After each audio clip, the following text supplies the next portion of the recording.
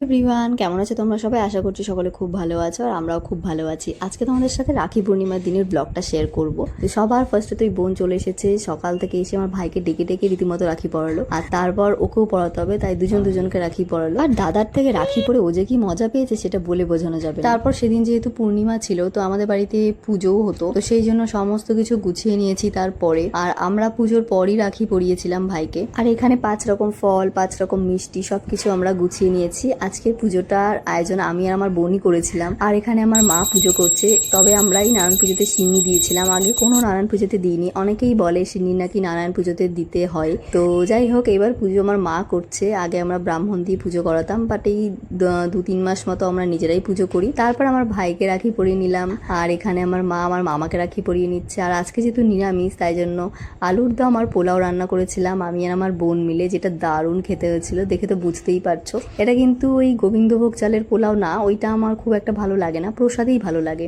তো যাই হোক, আলুর দম আর পোলাওটা তো খুবই ভালো হয়েছিল, আমার মায়ের বাবার সবার খুব ভালো লেগেছিল। তো আজকে লাঞ্চটা তো জাস্ট জমে গেছে। তোমাদের সঙ্গে দেখা হচ্ছে নতুন আরেকটি ব্লগে। বাই।